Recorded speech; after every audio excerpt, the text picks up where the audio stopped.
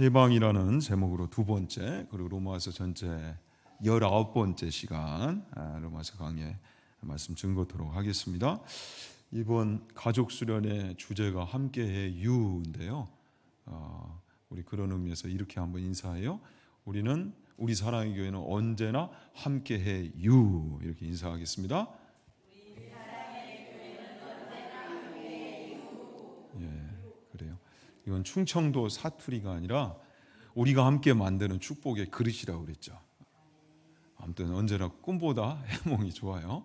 그런데 이 해몽, 해석이 참 중요합니다. 구원에 있어서도 마찬가지예요.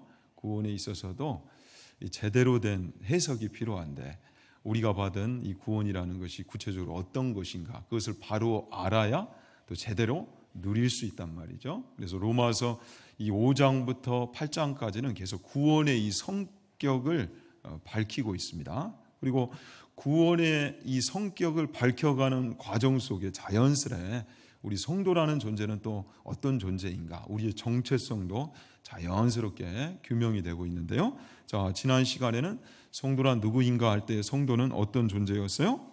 그리스도 예수 안에 있는 자. 그래서 그리스도 이 예수 안에, 밖이 아니라 그리스도 예수 안, 예수 동네에 사는 사람들이다. 이제 이런 말씀 드렸는데, 자, 우리 다시 한번 선포합시다. 나는 그리스도 예수 안에 사는 자다. 크게 한번 선포해 봅시다. 시작. 나는 그리스도 예수 안에 사는 자다. 네, 정말 그리스도 예수 안에 살고 계십니까?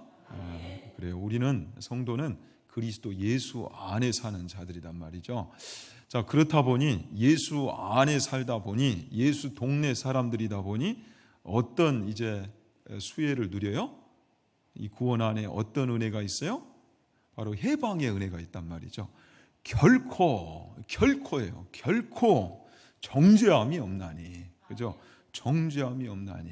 자, 그렇다면 그 근거가 무엇인가 할 때에 2절에 이는 이제 왜냐하면 그 이제 근거가 소개가 되고 있단 말이죠. 이는 왜냐하면 그리스도 예수 안에 있는 생명의 성령의 법이 죄와 사망의 법에서 너를, 바로 우리를, 나를 해방시켰기 때문이다.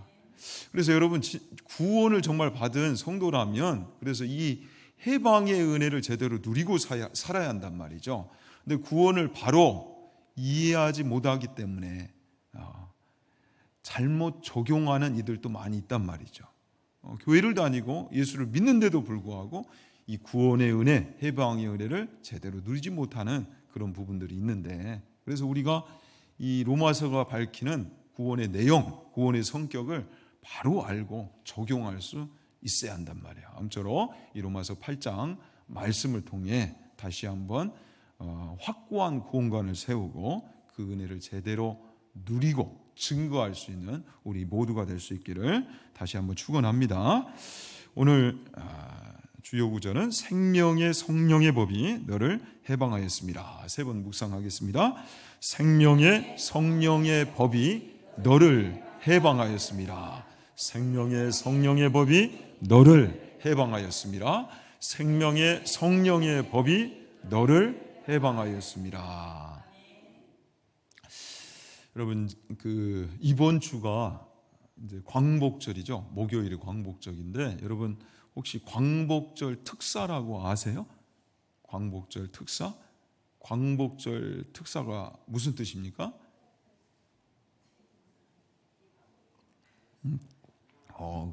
거의 맞는 것 같아요. 예, 광복절 특사. 광복절이 되면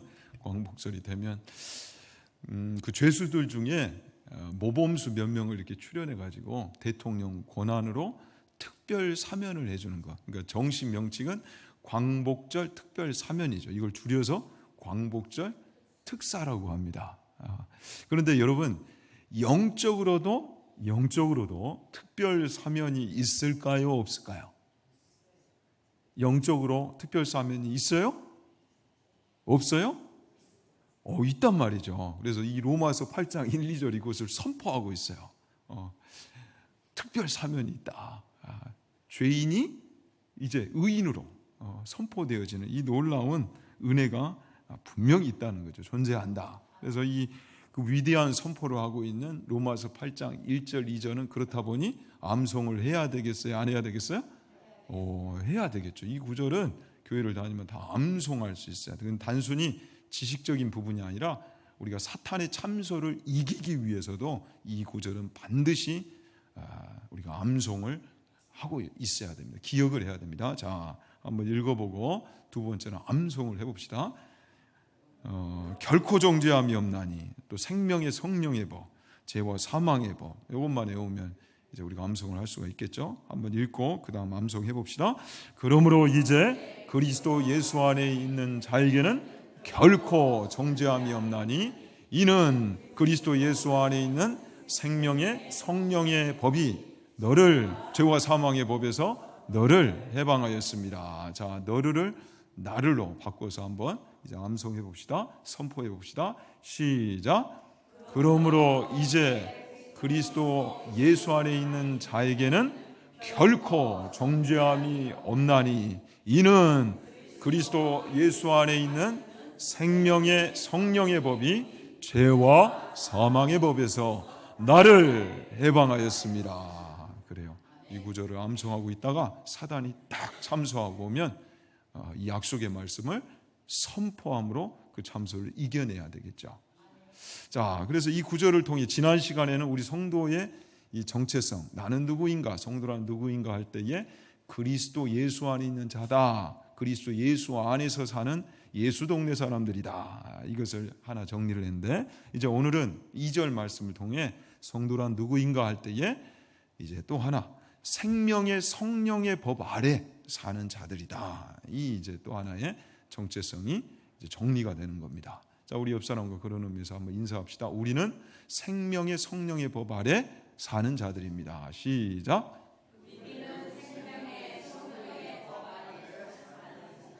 자, 그리고 답례를 해주시기 바랍니다. 자, 옆 사람 바라보면서 좋겠습니다 하고 답례를 해주시기 바랍니다. 시작.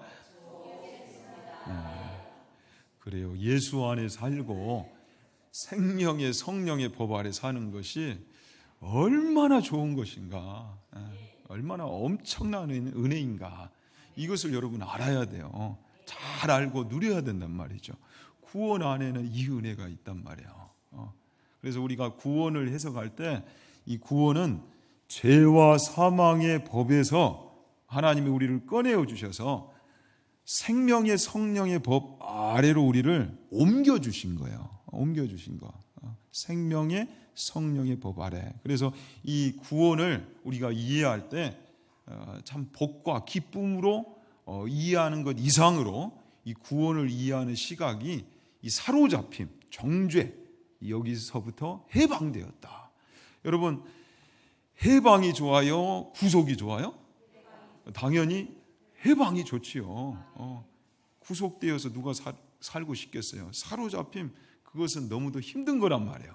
죄의 노예로, 사망의 노예로 사는 것이 아니라 구원은 이제 해방되었다. 할렐루야.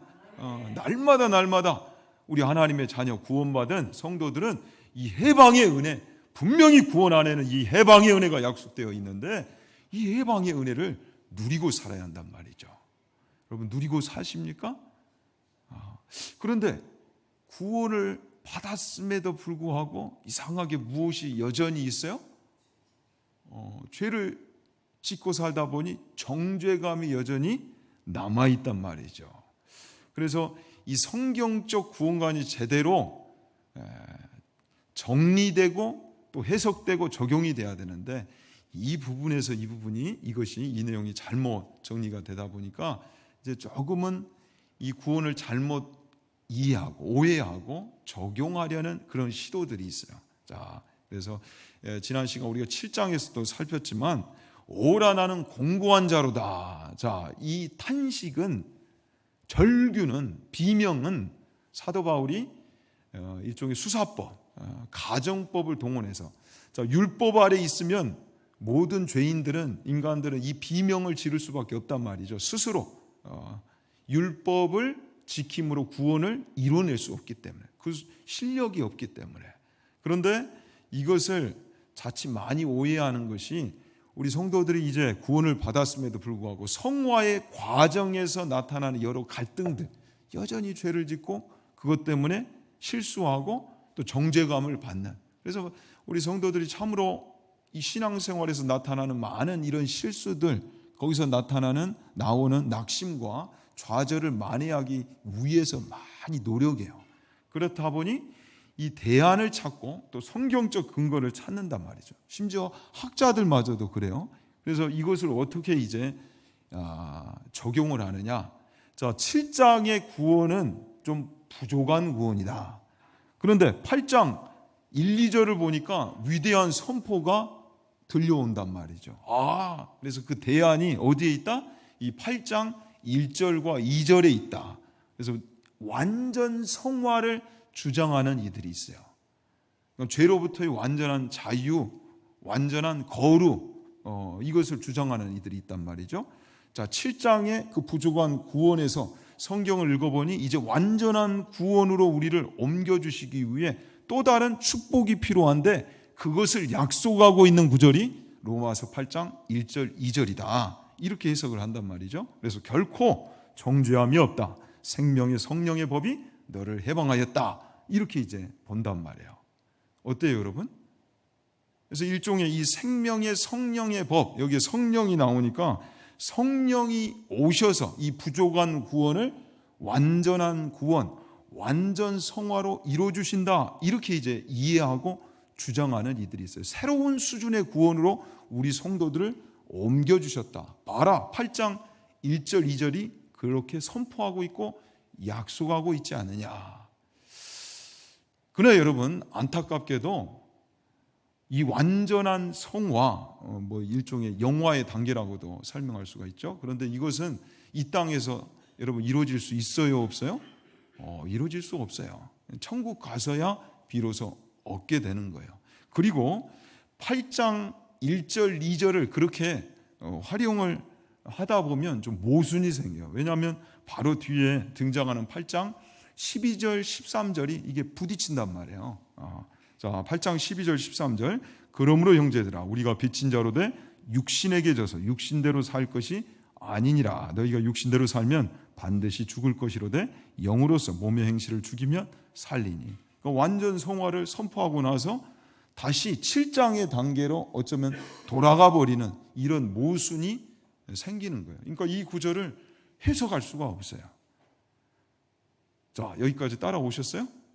고개를 까딱까딱 하시니까 따라오신 것 같아요. 자, 좀 어렵죠? 로마서가 굉장히 어렵습니다. 그런데 로마서를 통해 우리의 구원과 신앙생활을 조명하면 수준이 있어져요. 이해되시죠? 자, 계속 잘 따라오시길 바라요. 그래서 우리가 좀 이 구원에 관해서 여러분 솔직해지셔야 돼요. 솔직해지셔야 돼요. 여러분, 신앙생활 하는데도 불구하고 죄를 지어요, 안 지어요? 죄를 짓잖아요. 그러니 이 죄 때문에 정죄감을 받는다는 거예요. 자, 그러면 구원을 어떻게 이해해야 되는 거예요? 구원 받았다고 하는데. 그리고 8장 1절 2절에서 그리스도 예수 안에 있는 자 성도들은 결코 정죄함이 없다 이렇게 선포하고 있는데 여전히 죄를 짓고 그 정죄감에 시달리면서 한단 말이죠. 우리 구원을 어떻게 이해하고 어떻게 정리해야 되는 거냔 말이에요. 그럼 어때요? 실수를 하면 나는 구원을 받는 게 맞는가비요? 틀린가비요? 그리고 옆에 있는 성도들도 좀 모자라면 저희는 구원을 받은 게 맞는가비요? 틀린가비요? 이렇게 자꾸 반복된 질문을 던지면서 헷갈린단 말이죠. 그러면 어떻게 해야 되냐고요? 어떻게 해야 돼? 우리의 구원을 어떻게 정리하고 해석하고 적용을 해야 되는 겁니까? 자, 그런데 분명하게 로마서 8장 1절에서 보면 그리스도 예수 안에 있는 자에게는 결코 정죄함이 없다. 이 해방의 은혜가 선포됩니까? 되지 않습니까? 선포되죠. 우리가 구원받았으면 분명히 이 해방의 은혜를 누려야 하는 거예요. 그래서 이 내용을, 구원에 관한 이 내용, 구원의 성격을 제대로 정리하고 해석하고 적용하면 그 해방의 은혜를 약속대로 누릴 수 있단 말이죠.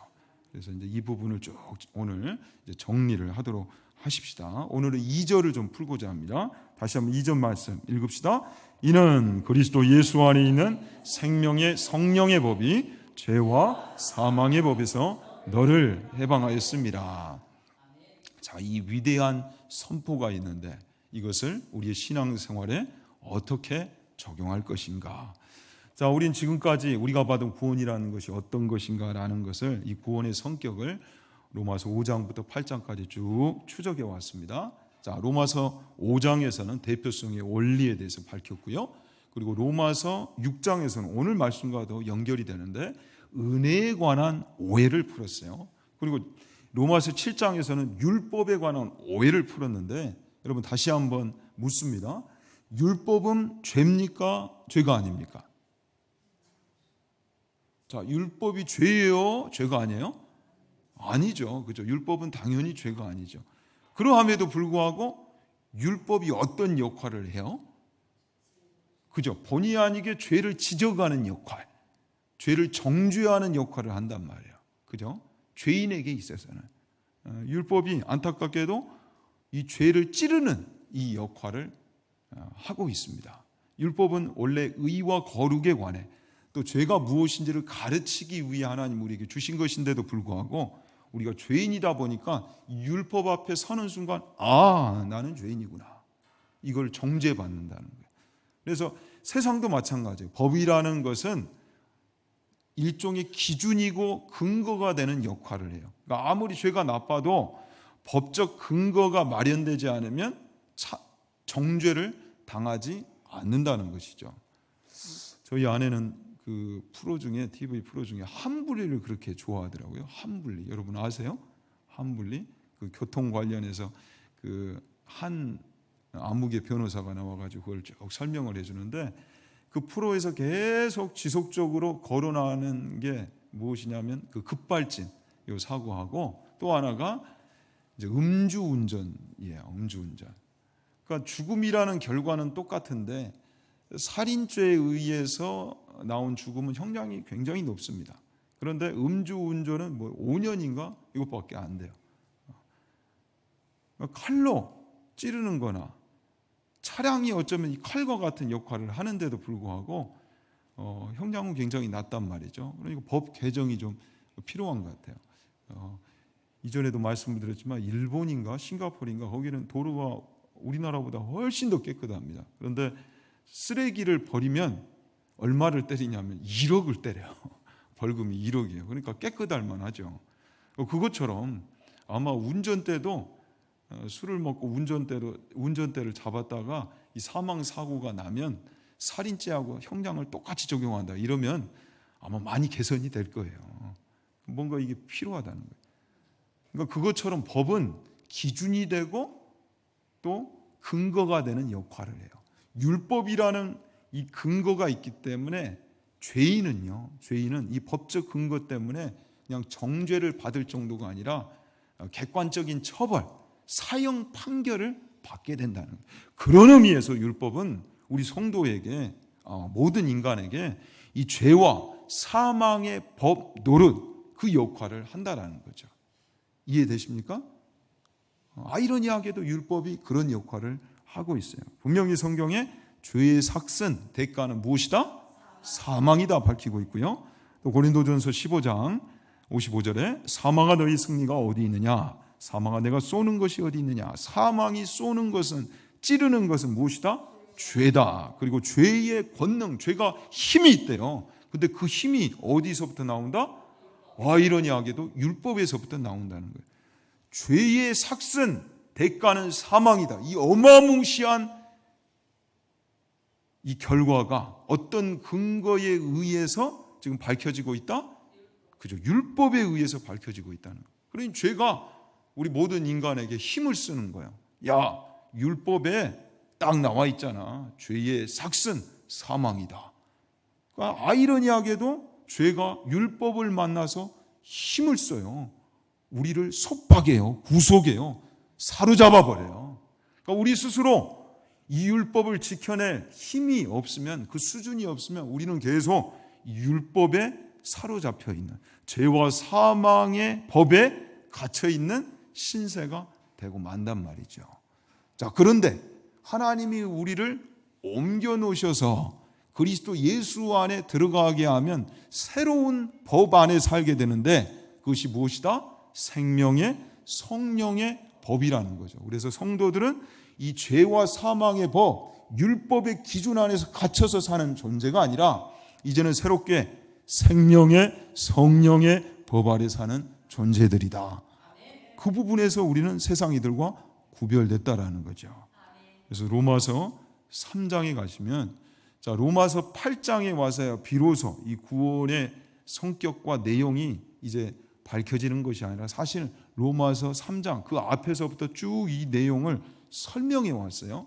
로마서는 보다 우리 성도들이 이 구원을 풍성히 이해하고 바로 이해하기 위해서 여러 시각에서 이것을 밝히는 겁니다. 자, 3장에서도 이렇게 밝히고 있어요.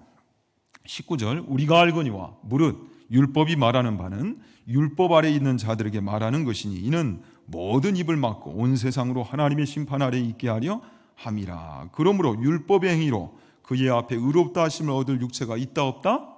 없다. 율법을 지켜서 구원을 받을 수 있는, 상을 받을 수 있는 이는 단 한 사람도 없단 말이에요.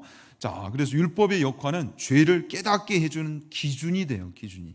자, 그런데 21절에 이제는 율법 외에, 자, 죄와 사망의 법이 가동되는 그 세계만 존재하는 것이 아니라 새로운 법, 은혜의 법, 생명의 성령의 법이 가동되는 새로운 세상이 존재하는데, 자, 하나님의 한 의가 나타났으니 율법과 선지자들에게 증거를 받은 것이라. 곧 예수 그리스도를 믿음으로 말미암아. 그래서 우리 성도들이 받은 구원은 율법으로, 그 율법의 기준으로 받은 구원이 아니고 무엇으로 받은 구원이다? 그죠? 예수 그리스도를 믿음으로 말미암는 구원이다. 그럼 믿으십니까? 자, 그래서 우리가 받은 구원은요, 이 기준에 저촉되는 구원이 아니라는 사실이에요. 자, 이것을 여러분들 잘 정리하셔야 됩니다. 우리가 받은 구원은 묻지도 따지지도 않는, 이전에 이순재 씨가 라이나든가요? 그 광고하셨던 그 보험, 마치 그 보험처럼 묻지도 따지지도 않는 그 보험처럼 우리 구원은요, 묻지도 따지지도 않는 그 구원이라고요. 기준이 적용되는 그 구원이 아니라는 사실이죠. 은혜로 받은 구원이다. 선물로 받은 구원이다. 그 기준을 제시하면 이게 잘못되었다는 거예요. 왜? 우리는 자격이 없기 때문에, 그 기준을 채울 수 있는 실력이 없기 때문에, 도저히 기준으로는, 율법으로는 우리는 절대 구원이라는 것을 얻을 수 없는 존재였단 말이죠. 하나님의 은혜로, 하나님의 선물로 우리가, 그 자격 없는 우리가 이제는 새로운 세상으로 옮겨지게 되었다고요. 이것이 성경이 우리에게 말씀하는 구원이라고요. 아직도 이해가 안 되세요? 아무튼 앞에서 보면 여러분들 표정만 봐도 다 읽혀집니다. 은혜를 받은 표정인지, 이해가 되는 표정인지, 목사님 좀 더 해야 돼요 하는 표정인지, 아이고 예쓰십니다 하는 표정인지, 다 그게 보여집니다. 근데 좀 더 가야 되겠어요. 그래서 오늘 본문 말씀에, 자, 오늘 본문 말씀에 이 3절 4절에 동일하게 그 내용이 소개됩니다. 우리 한번 읽읍시다. 율법이 육신으로 말미암아 하나님은 아시나니 곧 죄로 말미암아 자기 아들을 죄 있는 육신의 모양으로 보내어 육신의 죄를 정하사 육신을 따르지 않고 그 영을 따라 행하는 우리에게 율법의 요구가 이루어지게 하려 하심이니라. 자, 여기에 율법의 요구를 우리가 아니라 누가 이루어 주셨어요? 하나님이 하셨단 말이죠. 누구를 통해? 예수 그리스도를 통해. 그러니까 우리가 무엇을 해야만 비로소 얻게 되는, 차지하게 되는 그런 보상적 차원, 율법적 차원의 구원이 아니라 하나님이 우리에게 은혜로 선물로 주신 구원이라는 거예요. 그러니까 우리의 이 구원은 율법의 근거로, 차원으로 해석되어야 할 그런 구원이 아니라는 거예요. 관계적으로 얻은 구원이고 관계적으로 풀어야 할 구원인데, 자격 없는 우리를 하나님이 은혜로 너는 내 자녀다, 너는 내 딸이다, 내 아들이다, 이렇게 선포해 주신 것이 바로 성경이 말씀하시는 구원이라는 거예요. 우리가 얻게 된 구원이라는 사실이죠. 이해되세요? 정말 이해되세요? 우리 실력이 아니란 말이에요. 기준에 의해서 얻게 된 구원이 아니란 말이죠. 자, 그런데도 요상한 질문을 던져오시는 분들이 있어요. 아니, 그게 어떻게 가능하냐고. 어떻게 하루아침에 죄인이 하나님의 자녀가 될 수 있어. 이걸 따지는 분들이 있단 말이에요. 율법의 기준으로는, 율법적 차원에서는 그게 맞아요. 어떻게 하나님의 자녀가 돼요? 죄인인 우리가 될 수가 없죠.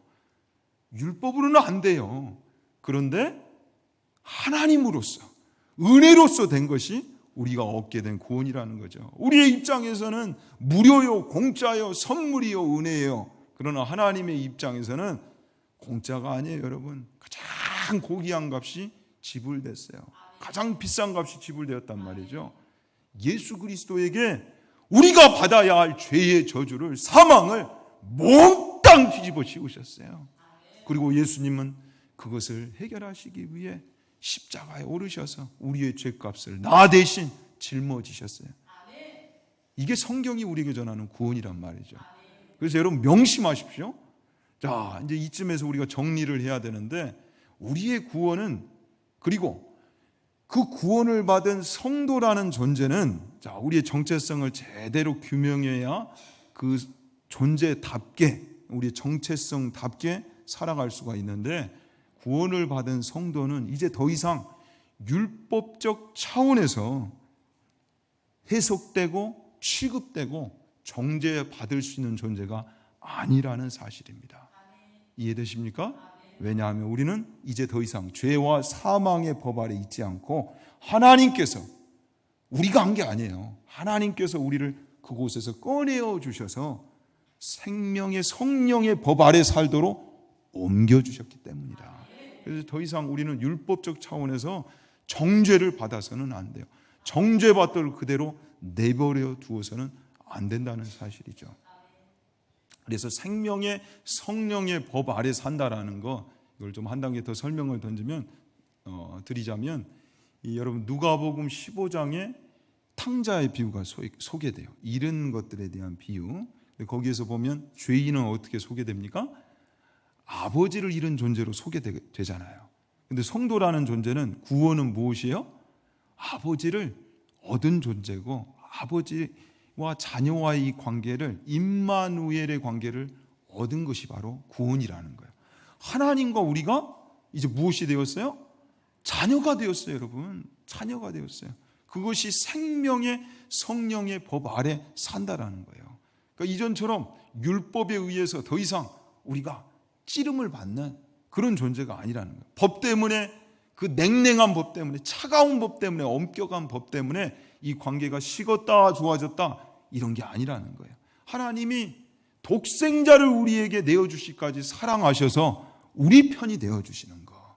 세상에 하나님이 우리 편이 되어주셨어요. 그게 임마누엘이고, 이 관계를 얻은 것이 우리가 받은 구원이라고요.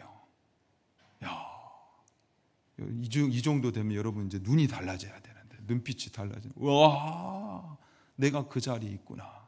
그런데 그 관계를 얻었음에도 불구하고 여전히 참소를 당한다. 감정적으로 구원을 풀어낸다. 이것은 하나님과 우리와의 관계를 여전히 율법적 차원, 법적 근거에서 바라보는 거예요. 하나님과 나와의 관계가 여전히 먼 거예요. 그렇다 보니 신앙생활이 재미가 없고, 감격이 없고, 즐거움이 없고, 그리고 변화가 없는 거예요. 전진해야 되는데 앞을 향해 나가지를 못하는 거예요. 왜? 사단의 참소가 여전히 나의 발목을 잡고 있기 때문에, 이 해방의 은혜를 제대로 누리고 살지 못하기 때문에. 그래서 잘못된 구원관, 바리새인들의 구원관처럼, 그 구원관 철저히 이 구원이, 이 은혜가 하나님으로부터 왔는데 그 근거를 나에게서 찾아요. 자기 의, 자기 행동. 그렇다 보니 쉽게 좌절하고 낙심하고 정죄를 받고, 또 조금만 잘하면 남을 쉽게 정죄하는 이런 잘못된 구원관으로 나타난다는 거죠. 그러나 여러분, 이제는 우리가 이 구원을 받은 이 안에는 해방의 놀라운 은혜가 존재한다는 것을 알고 그것을 제대로 이제는 누리고 살아가셔야 돼요. 절대 정죄감을 받는 것에 여러분을 내버려 두서는 안 된다는 사실입니다. 사탄이 여전히 참수하고 나올 겁니다. 너 죄인이잖아. 그때 우리가 어떻게 해야 되겠어요? 이 약속의 말씀을 선포해야 되겠죠. 아니다. 그러므로 이제 이게 있다, 나에게는. 결코가 있다. 이는 이것이 있다. 생명의 성령의 법에서 나를 하나님이 해방시키셨다. 이 약속이 있는데도 불구하고, 하나님이 그렇게 여겨주셨는데도 불구하고 네가 어떻게 나를 참수할 수 있느냐. 이 약속의 말씀 속에서 여러분 이제는 해방하면서 살아야 한단 말이죠. 근데 이 해방의 은혜를 제대로 누린 자는, 여러분, 이것이 우리가 자격이 돼서 이 은혜를 누리는 거예요? 아니잖아요. 그렇다 보니 이웃을, 남을 쉽게 정죄할 수 있겠어요? 없겠어요? 당연히 없죠. 우리가 자격이 돼서 얻은 은혜가 아닌데. 그러니 남을, 세상을 쉽게 절대 정죄하지 않아요. 내가 은혜로 여기에 있는데, 이 은혜를 받았는데, 그리고 이 은혜를 제대로 누린 사람은 어떻게 하겠어요? 이제 신분의 변화, 칭의에서 내가 이전에는 죄와 사망의 법 아래 사는 자였는데 이제는 생명의 성령의 법 아래, 무슨 자격이 있어요? 자격이 없어요. 그런데도 죄를 이기는, 사망을 이기는 존재가 되었단 말이에요. 그래서 이 신분의 변화에서 이제는 이 놀라운 은혜를 제대로 누리고 그 은혜에 합당하게 살기 위해 수준의 변화, 성화의 단계로 이제는 도전해 가는 거예요. 이것이 성경이 우리에게 전하는 제대로 된 성경적 구원관이라는 사실이죠. 아무쪼록 여러분 이 성경적 구원관을 제대로 누리심으로 여러분의 신앙생활이 달라질 수 있기를 진심으로 축원합니다. 말씀을 마무리하겠습니다. 분명히 성경은 우리에게 약속하고 있습니다. 죄가 너희를 주장하지 못하리니. 죄가 우리를 더 이상 주장해요? 주장하지 못해요? 주장하지 못해요. 그 까닭이 이는 왜냐하면 너희가 법 아래 있지 아니하고 그 죄와 사망의 법 아래 있지 아니하고 어디 안에 있기 때문이다? 은혜 아래 있기 때문이다. 생명의 성령의 법 아래 있기 때문이다. 그래서 여러분들이 쉽게 생각을 하시면 자녀들 보고 자녀들이 잘못했을 때 뭐라고 소리칩니까? 저 왼수 하고 소리치잖아요. 그런데 그렇다고 해서 그 관계를 끊어요? 끊지 않아요? 끊어요. 아무튼 그러면 할 말이 없고. 그런데 웬만하면 끊지 않으려고 노력을 하죠. 그것처럼 하나님이 우리를 향해 그러신다는 거예요. 하나님이 저 왼수 속으로 하나님이 그러실지라도 끊지 않으세요. 절대 끊지 않으세요. 그래서 이 관계 안에 징계는 있을지언정 정죄는 받지 않는다는 사실. 아무쪼록 이 확고한 구원관 속에 정말 구원 안에 있는 이 해방의 은혜를 제대로 누리시고 또 증거할 수 있는 우리 모두가 될 수 있기를 진심으로 축원합니다. 기도하겠습니다. 하나님 아버지, 우리가 받은 이 구원의 내용과 성격을 이 로마서 말씀을 통해서 정리케 하시니 진심으로 감사드립니다.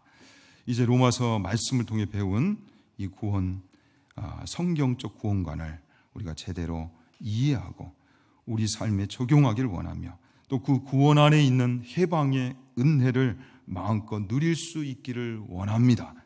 진정 성도는 죄와 사망의 법 아래 있는 자들이 아니오라. 하나님의 은혜로 생명의 성령의 법 아래로 옮겨지고 그 안에서 살 수 있는 존재가 되었사오니 이제는 그리스도 예수 안에 있는 자에게 결코 정죄함이 없다라고 선언해 주신 그 약속의 말씀을 붙들고 사단의 참소를 이기고 세상의 참소를 이기고 이제는 율법의 기준이 아니오라 하나님을 아버지로 모시는 은혜의 관계 안에서 살아갈 수 있는 우리 모든 성도들 될 수 있도록 인도하여 주옵소서. 예수님의 이름으로 기도하옵나이다. 아멘.